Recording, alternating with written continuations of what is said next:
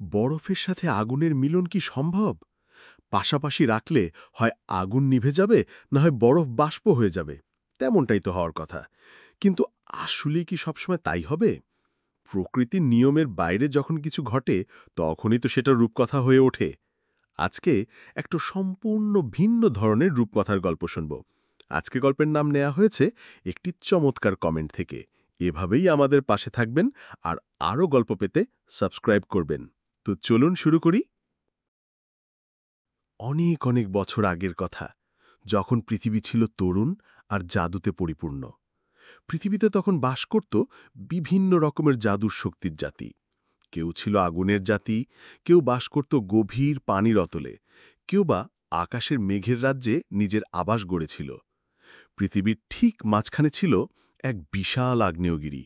এতটাই বিশাল যে গিরিমুখটাকে একটা হ্রদের সাথে তুলনা করা যায়। গলন্ত লাভা উগরে উঠত, ফুটন্ত লাভা ছিটকে পড়ত, আর পাহাড়ের গা বেয়ে নামত লাভার স্রোত। আর সেই আগ্নেয়গিরিতে থাকত এক মহাশক্তিধর জাতি, অগ্নিজাতি।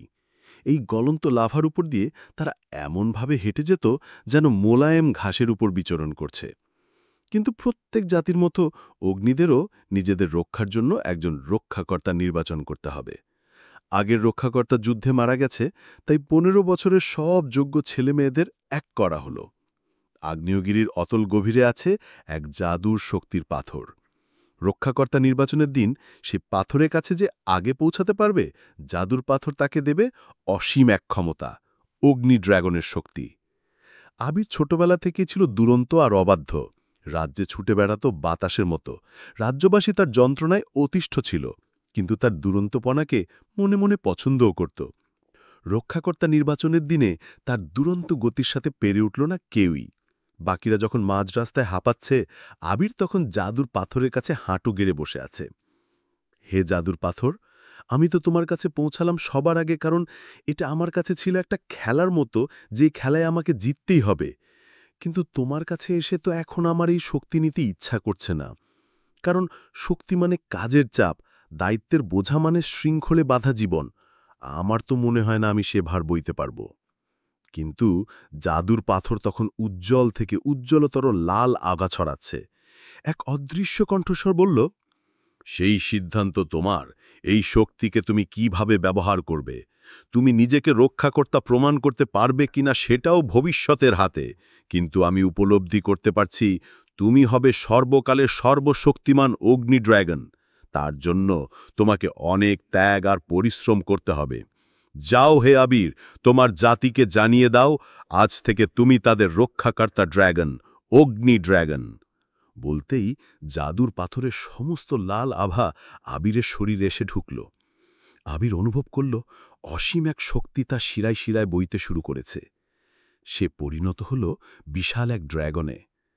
কিন্তু মহাবিশ্বের নিয়মে যেখানে আলো থাকে, সেখানে অন্ধকারও থাকে। ছায়ালোকের অধিপতি ছায়া সম্রাট ভ্লাদিমির এই অগ্নি ড্র্যাগনের সীমাহীন শক্তিকে ঈর্ষা করত। আর সে ছিল সুযোগের অপেক্ষায়। যখন নতুন অগ্নি ড্র্যাগন আসবে, যার শক্তি এখনও নতুন, তখন আক্রমণের মোক্ষম সুযোগ।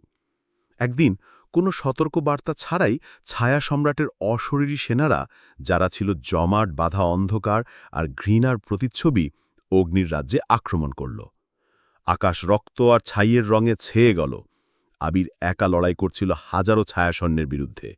তার মুখ থেকে বের হওয়া আগুনের স্রোত শয়ে শয়ে ছায়াকে বাষ্প করে দিচ্ছিল। কিন্তু ছায়ারা ছিল অফুরন্ত। যুদ্ধ চলল ৩ দিন ও ৩ রাত।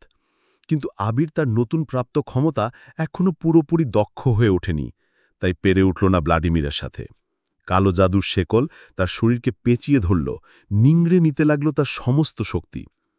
আবিরের আকাশ কাঁপানো গর্জন একসময় যন্ত্রণার আর্তনাদে পরিণত হল।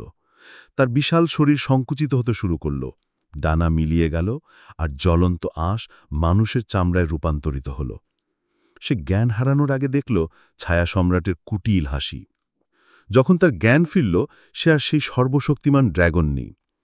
সে এক ১৫ বছরের কিশোর, যার চুলে আগুনের আভা আর চোখে এক বন্দি শিখা ধিকি ধিকি করে জ্বলছে।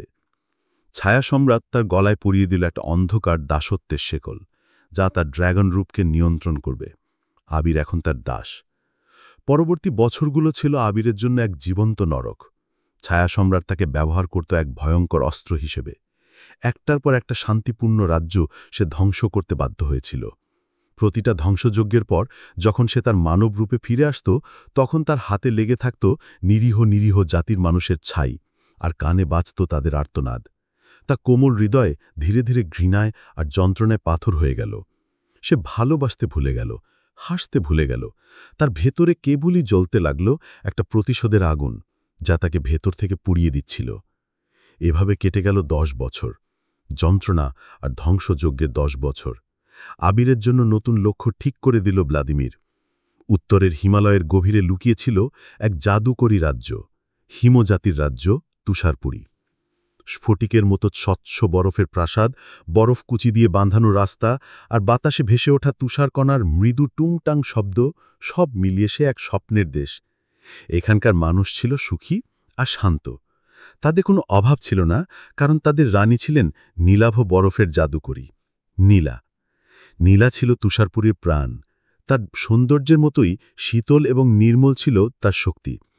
কিন্তু তার প্রজারা যা জানত না, তা হল এই শক্তির পিছনে লুকিয়ে থাকা এক গভীর একাকিত্ব। সিংহাসনে বসার পর থেকে রাজ্যের দায়িত্ব আর প্রজাদের সুরক্ষা চিন্তায় সে নিজেকে হারিয়ে ফেলেছিল। তার বরফের প্রাসাদের মতোই তার হৃদয়ও ছিল সুরক্ষিত, কিন্তু শীতল। রাতে যখন পুরো রাজ্য ঘুমিয়ে পড়ত, সে প্রাসাদের সর্বোচ্চ চূড়ায় দাঁড়িয়ে আকাশের দিকে তাকিয়ে থাকতেন। একদিন সকালে রানী নীলা তার প্রাসাদের বারান্দায় দাঁড়িয়ে রাজ্যের দিকে তাকিয়েছিল। সে দেখছিল শিশুরা বরফের উপর পিছলে খেলছে, ব্যবসায়ীরা তাদের দোকানে জিনিসপত্র সাজাচ্ছে। সবকিছুই ছিল নিখুঁত, শান্ত। কিন্তু সে জানত না যে খুব শীঘ্রই একটা রক্তিম বিভীষিকা তার এই বর্ণহীন জীবনে এক ভয়ঙ্কর রং নিয়ে আসতে চলেছে। হঠাৎ করে তুষারপুরের নির্মল নীল আকাশ একটা লাল আভা ধারণ করল। উত্তরের দিক থেকে ধেয়ে এলো একটা ভয়ঙ্কর প্রাণী, এক বিশাল লাল ড্র্যাগন। সে আর কেউ নয়, আবির, ছায়া সম্রাটের নতুন লক্ষ্য তুষারপুরী। আবিরের গর্জনে তুষারপুরীর বরফ প্রাচীর কেঁপে উঠল। তার নিঃশ্বাসের আগুনে বরফের ঘরবাড়ি গলতে শুরু করল। স্ফটিকের প্রাসাদ কালো ধোঁয়ায় ঢেকে গেল। প্রজারা ভয়ে আর্তনাদ করে ছুটতে লাগল।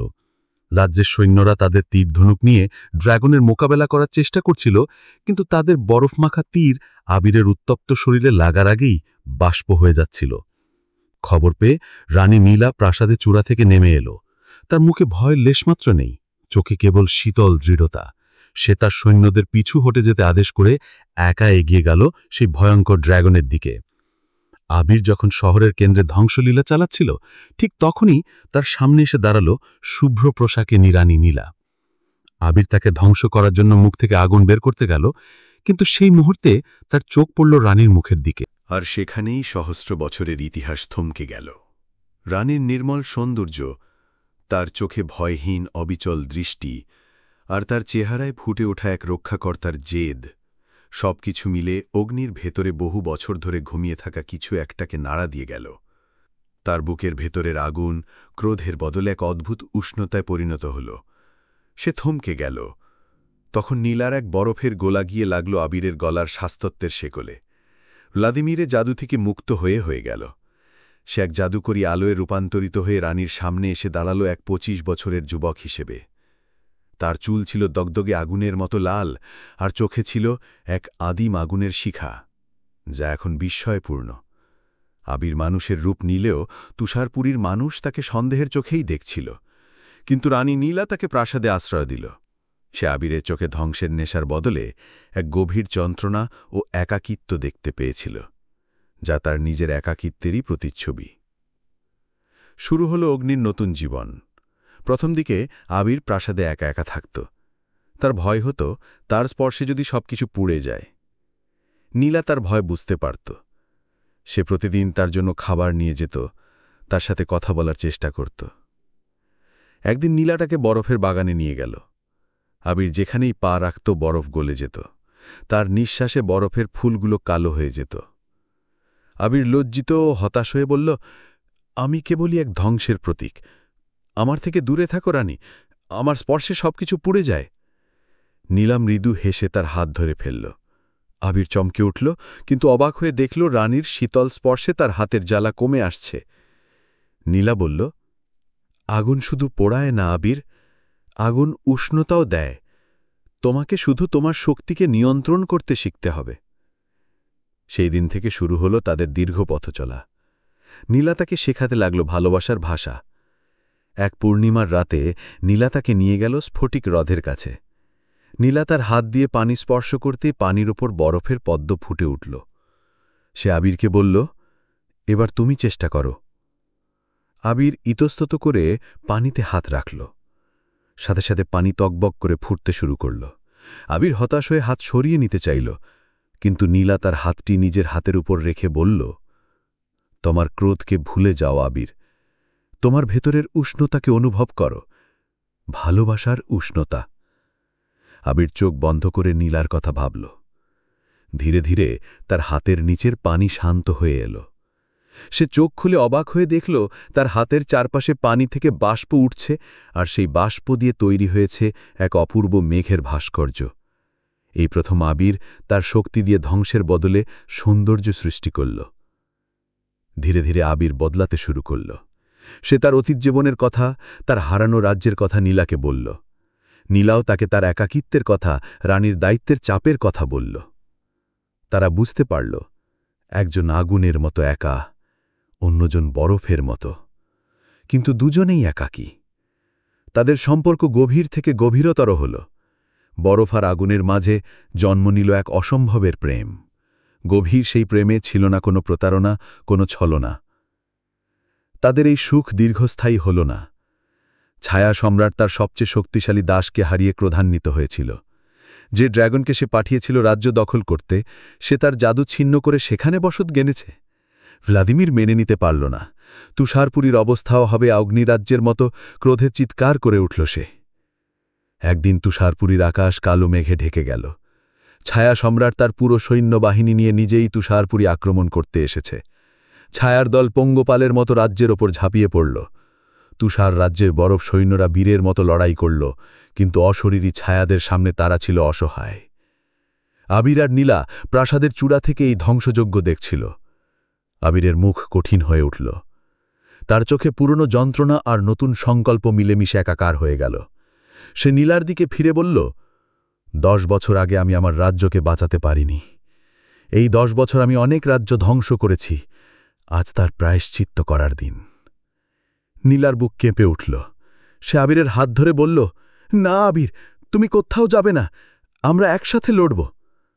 আবির তার কপালে আলতো করে চুমু খেয়ে বলল, না নীলা, কিছু যুদ্ধ একা লড়তে হয়। এটা আমার একার যুদ্ধ। আমার আগুন তোমার রাজ্যকে রক্ষা করবে চিরকাল।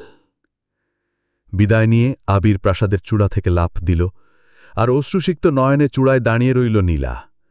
মাঝ আকাশে তার শরীর এক বিশাল রক্তিম ড্রাগনে রূপান্তরিত হল। ছায়া সম্রাট! আবিরের গর্জনে আকাশ বাতাস কেঁপে উঠল। তোমার যুদ্ধ আমার সাথে একা লড়ো সাহস থাকলে। ভ্লাদিমির তার ছায়ার সিংহাসন থেকে হেসে উঠল। শুরু হল আগুন আর অন্ধকারের এক মহাকাব্যিক যুদ্ধ। আবির তার সমস্ত শক্তি দিয়ে লড়ছিল। এখন সে 25 বছরের পরিপূর্ণ যুবক। অগ্নি ড্র্যাগনের ক্ষমতা এখন তার পূর্ণ আয়ত্তে। ভ্লাদিমির পেরে উঠছিল না। আবির প্রায় জিতে যাচ্ছিল, কিন্তু ছায়ারা প্রতারণা করল।